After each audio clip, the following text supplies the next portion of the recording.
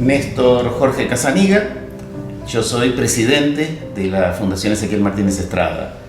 Mi formación es de biólogo, yo soy doctor en Ciencias Naturales, pero hace 30 años que estoy vinculado con la Fundación.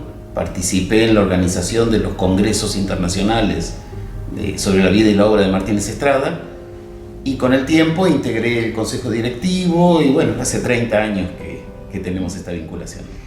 Tu formación de biólogo, y teniendo en cuenta que este es el programa del puerto, marca una relación, un vínculo obvio con el estuario. Uno podría preguntarte por ahí, pero ya que estamos en la Fundación de Ezequiel Martínez Estrada, ¿qué vínculo puede haber, si es que existe tal, entre la figura de Ezequiel y el puerto o la ciudad puertos? Ezequiel fue un autodidacta que se interesó mucho por temas de sociología, de economía. Es decir, no creo que haya tenido una relación explícita con el puerto, pero sí con temas económicos y sociales, sobre todo del sur bonaerense y de la economía del país en general. Pero no recuerdo una vinculación directa con el puerto de Bahía Blanca. Claro, sí tenía una mirada crítica sobre la centralidad de Buenos Aires y mencionaba el puerto de Buenos Aires como aquella cabeza viva. La cabeza de Goliat. Exacto. La cabeza del gigante. Ahí había una crítica. Que devora su propio cuerpo. ¿Cómo sería esa idea? Hay un hecho que no lo dice Martínez Estrada, lo digo yo. Argentina fue conquistada militarmente por Buenos Aires. O sea, cuando se establece la Confederación Argentina, Urquiza no era presidente de Buenos Aires. Buenos Aires era un estado independiente. Después, en el enfrentamiento de Urquiza con Mitre queda a cargo del poder y es elegido presidente, y ahí se cambia la Constitución y recién ahí Buenos Aires se incorpora a la Argentina. De toda la vida Buenos Aires tenía la aduana, tenía el puerto, ya desde el virreinato del Río de la Plata. Pero en ese momento en que se consolida la República Argentina como tal, se construyen todos los ferrocarriles, todo hacia Buenos Aires. Es un federalismo, pero con una cabeza grande. Claro, cuando él menciona todas esas ideas, nombrando a la independencia como una cuestión que no se refleja tanto en los hechos en el interior del país, sino más una independencia de última, ser críticos, ¿no? Como, sí. Corregime porque sí. te estoy mencionando. No, seguro. La visión del país desde Buenos Aires no tiene nada que ver con lo que es realmente la Argentina. Se habla del interior. El interior se contrapone al exterior. O sea, Buenos Aires está fuera. No es el interior. No es el interior. Entonces había, hace muchos años, yo hacía poco que vivía en Bahía Blanca, hace como 40 años, había un programa de televisión que se llamaba Allá Vamos. Y mostraban distintos puntos del país, las maravillas del interior, pero se llamaba Allá Vamos. Allá vamos, ¿quiénes vamos? Acá estamos. Claro. O sea, en vez de la visión de que desde Buenos Aires salen a conocer o entran a conocer lo que es la Argentina. Claro, y la idea de nación también llamaba quizás al interior a unirse y pacificarlo de alguna manera, de bajar alguna idea general. Absolutamente, el ser nacional. Nosotros hemos pasado por gobiernos militares que prohibían en los medios de comunicación que alguien hablara con acento cordobés. Tenían que hablar en argentino neutro, como si existiera el argentino neutro, pero no se permitía que los locutores que hablaban en televisión, en radio, tuvieran el acento de alguna provincia, para consolidar el ser nacional, por supuesto, dispuesto desde Buenos Aires. ¿Ha tenido Ezequiel en esa mirada alguna interpelación al interior? Era una crítica quizás a ese gobierno poderoso, ¿no? Dice, bueno, entiendo lo que está pasando, el poder que va sobre el pueblo en todo el territorio nacional, pero ¿los defino como víctima o también les pide algo, los interpela a alguna otra instancia más que aceptar ese poder? Él interpela a todo el mundo y por eso se quedó solo, porque él siempre criticó todo lo criticable desde su punto de vista y él exigía compromiso. Él tenía un compromiso tan fuerte que pese a las críticas y pese a que se fue quedando solo, él se mantuvo en su postura. Él le exigía al ciudadano mucho, a los estudiantes les exigía mucho, en el sentido de ese compromiso, esa visión crítica. Y bueno, Argentina es un país muy desequilibrado. O sea, no puede ser que toda la conectividad del país pase por Buenos Aires. Que para ir de Bahía Blanca a Comodoro Rivadavia haya que ir a Buenos Aires y volver a pasar por arriba de Bahía Blanca.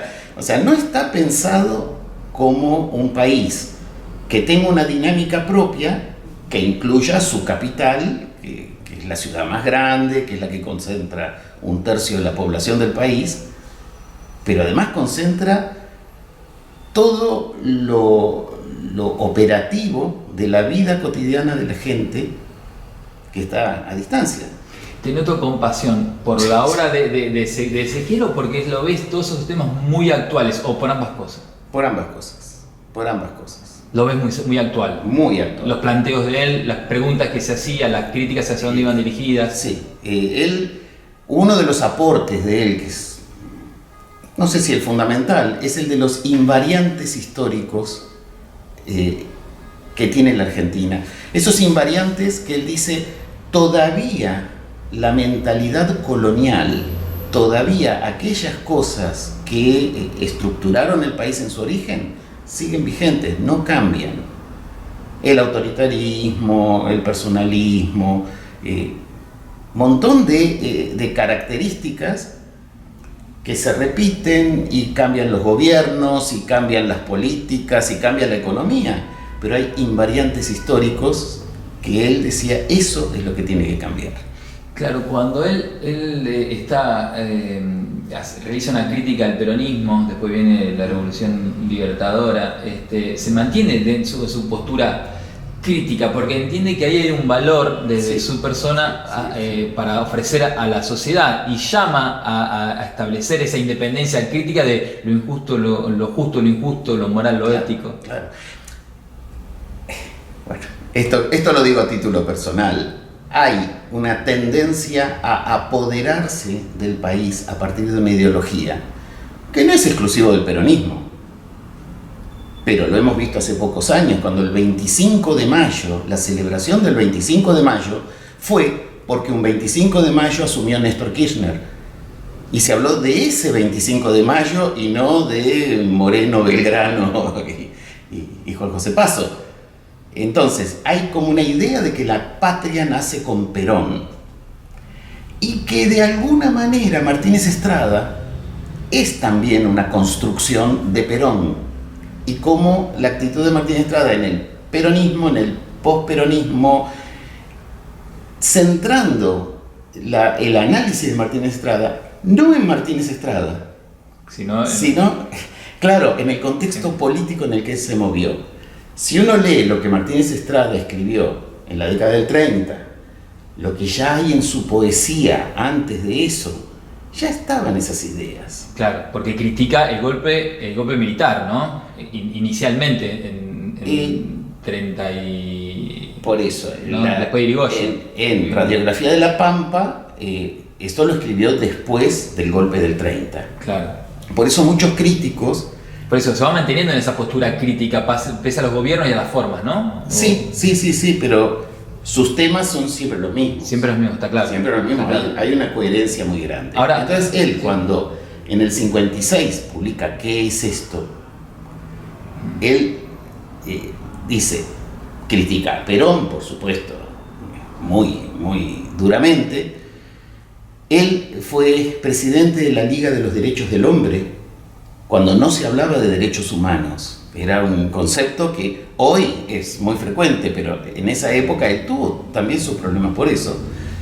Cuando Hitler invade Polonia, él, Borges y Mastronardi publican 3 poemas a Polonia y están traducidos al polaco en contra de los nazis, en contra del fascismo.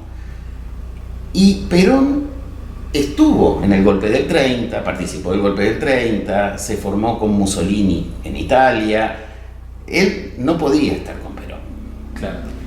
Cuando escribe ¿qué es esto? En el 56, él se pregunta por qué el pueblo argentino vota a alguien como Perón.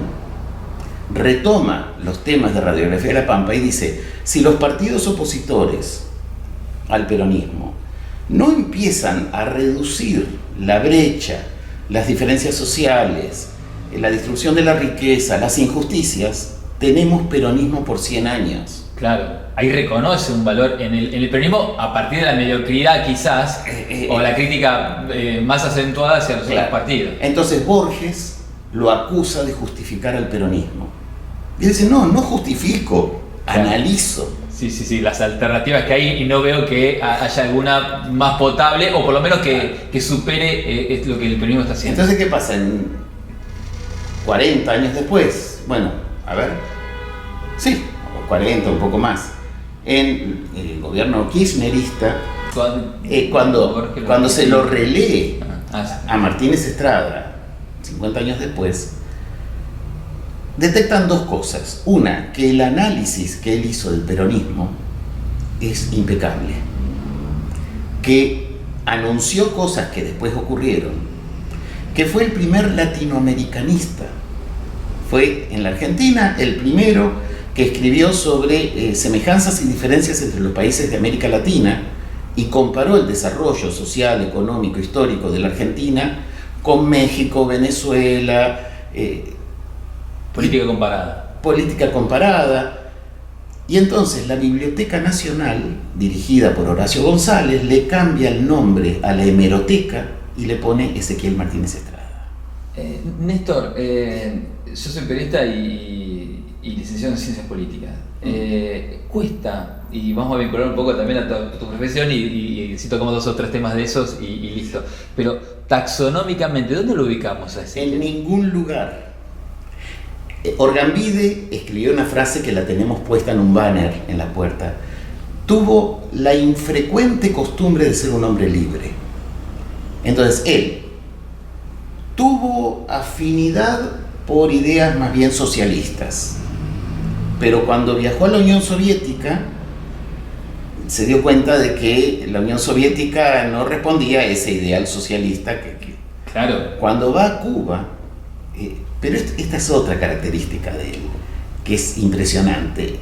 Él ya casi no podía caminar, tenía mucha debilidad en las piernas. Lo conoce el Che Guevara, le gustó el diálogo que tuvo con él. Acababan de derrocar a Batista. Entonces, Fidel Castro, una revolución que prometía un socialismo, hizo las valijas y se fue. Ya en esa instancia, donde era el pico, digamos, de mejores expectativas que puede tener la revolución, ya no le gustaba lo que estaba viendo. Él ya se sentía viejo, apenas podía caminar, había salido de esa enfermedad que lo tuvo postrado años, armó las valijas, se fue y lo nombraron director de Casa de las Américas. Yo creo que... Y vio en Cuba que la oposición no tenía voz y voto, vio que los derechos individuales no se estaban... y lo escribió. Él escribió un libro, En Cuba y al servicio de la revolución, se llama el libro. Y sin embargo, también pudo criticar a Fidel Castro. O sea, él nunca se encegueció atrás de un líder político, del color que fuera.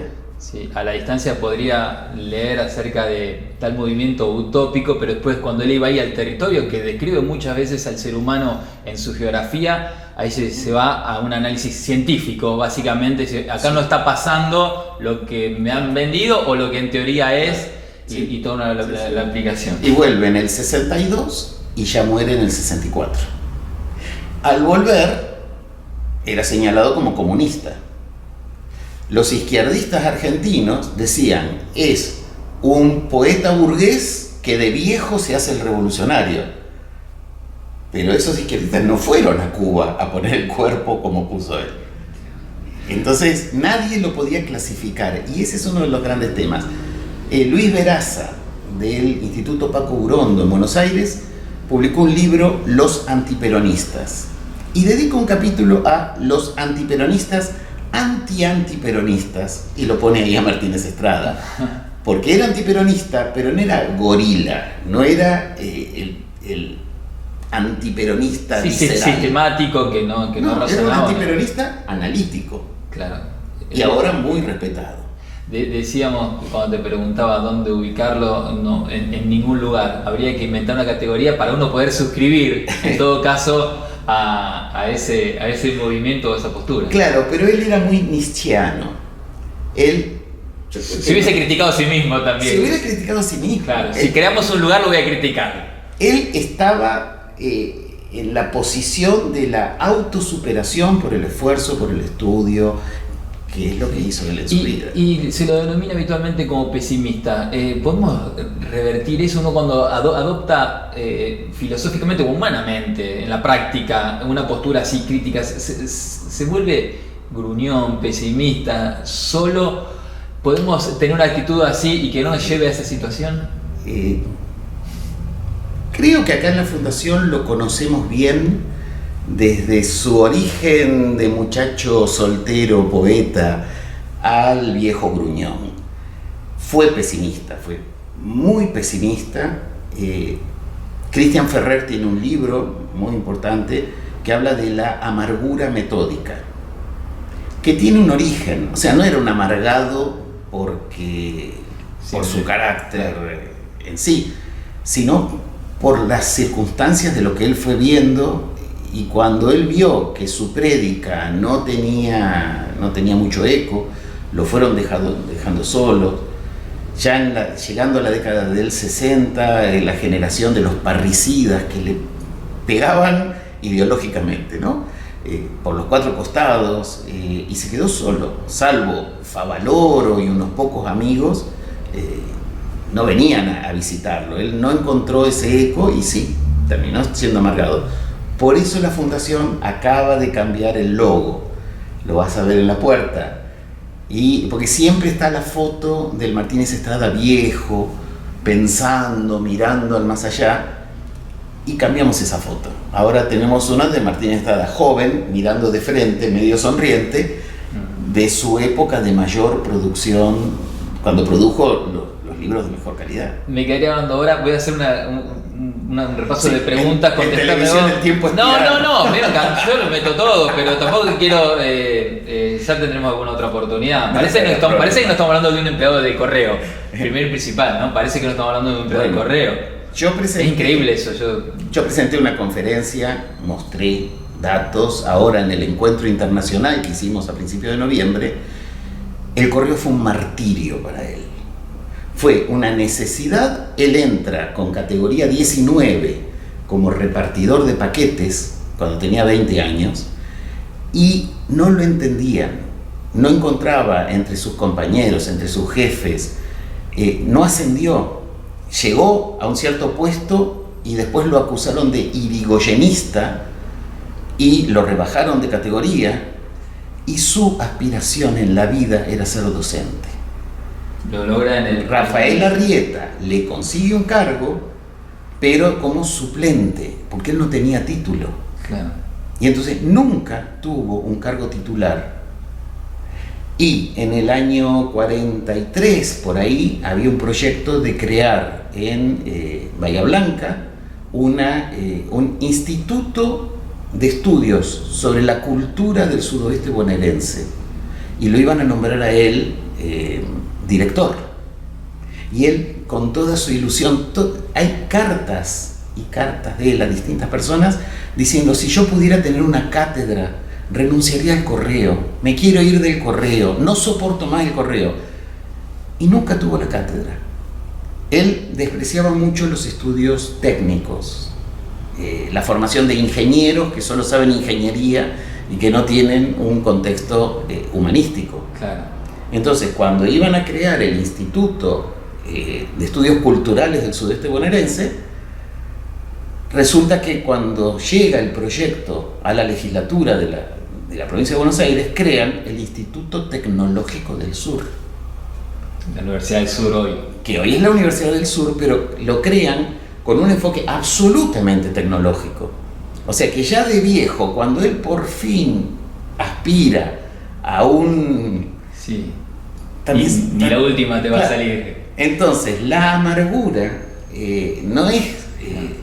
podrá ser endógena, podrá tener una raíz en su personalidad, pero es el cúmulo de cosas. Él, con los premios literarios, compra la chacra de Goyena, el campo acá a 130 y pico de kilómetros, y se lo usurpa. Cuando él se enferma, se jubila. La jubilación que él cobra, él decía, tenía 2 jubilaciones, una como docente y una como empleado de correo. Dice, la suma de las 2 jubilaciones equivale al sueldo de un barrendero municipal. Pero tenía el campo. Entonces vivía de la producción del campo. Se enferma, pone a una persona, un aparcero, y el aparcero le usurpa el campo. Claro. Entonces, estaba viejo, enfermo, jubilado ganando poco, con el campo usurpado. Era un amargado. Se presenta y pide que desalojen a ese aparcero desleal, y la Junta paritaria le dictamina en contra a Martínez Estrada. Y dice que tiene que negociar. Y él dice, ¿qué tengo que negociar? El campo es mío. Claro. Bueno, se va a Rumania, invitado por el gobierno y pagado por el gobierno rumano. Vuelve, se va a México, se va a Cuba sin el ingreso del campo. Recién en el año 62 él recibe el campo de vuelta. Entonces, en el periodo en que estaba enfermo, fue al hospital público. Claro, sin recursos. Sin recursos. Necesitaba una ambulancia que lo llevara a Córdoba, a internarse a un instituto en Córdoba. No tenía cómo pagarla, y Orfila Reinal, desde México, le manda un cheque con las regalías de unos libros, y con eso él puede pagar la ambulancia que lo lleva a Córdoba. Es decir, no es que se sentaba y escribía líricamente. Claro. No. Con todas esas preocupaciones tenía que romper esa hoja en blanco, y de la manera que lo hacía. Y de la manera que lo hacía. La fundación está abierta al público de abril a noviembre. Hay visitas guiadas todos los domingos, de 15 a 18. Para eso tenemos un convenio con el Departamento de Geografía de la Universidad del Sur. Se seleccionan todos los años 3 estudiantes avanzados de la carrera de turismo, que son los encargados de hacer la visita guiada aquí. Entonces les sirve a ellos como formación, como crédito en su carrera, y a nosotros nos sirve porque tenemos quien atienda las visitas. Cada 15 días tenemos narración de cuentos con entrada libre y gratuita. Y bueno, hacemos, por ejemplo, este año hicimos un encuentro internacional del que participaron gente de 10 países. Hubo expositores de República Checa, de Polonia, de Japón, de Estados Unidos, de México, porque a Martínez Estrada se lo estudia en las universidades europeas, en todo el mundo. Hay cátedras de literatura latinoamericana, y Martínez Estrada, incluso en Cuba, el premio de ensayos que da todos los años Casa de las Américas es el premio Ezequiel Martínez Estrada. O sea, es una figura de trascendencia internacional. Tenemos una página web, www.fundeme.org.ar. Ahí están las novedades, la gente puede entrar y ver las actividades. Y tenemos un canal de YouTube que lo estamos nutriendo ahora con las conferencias del encuentro. Este año compramos una consola, micrófonos, cámara, y empezamos a hacer nuestros pininos, porque la fundación no tiene empleados. O sea, acá se trabaja ad honorem. Entonces, bueno, es el esfuerzo personal. Los videos no son de altísima calidad, bueno, a veces internet falla, pero estamos aprendiendo. Si entran a nuestro canal de YouTube, ahí van a haber una cantidad de conferencias y cosas que ocurrieron ahora en noviembre. Perfecto. Bueno, Néstor, muchísimas gracias. No, al contrario, agradecido.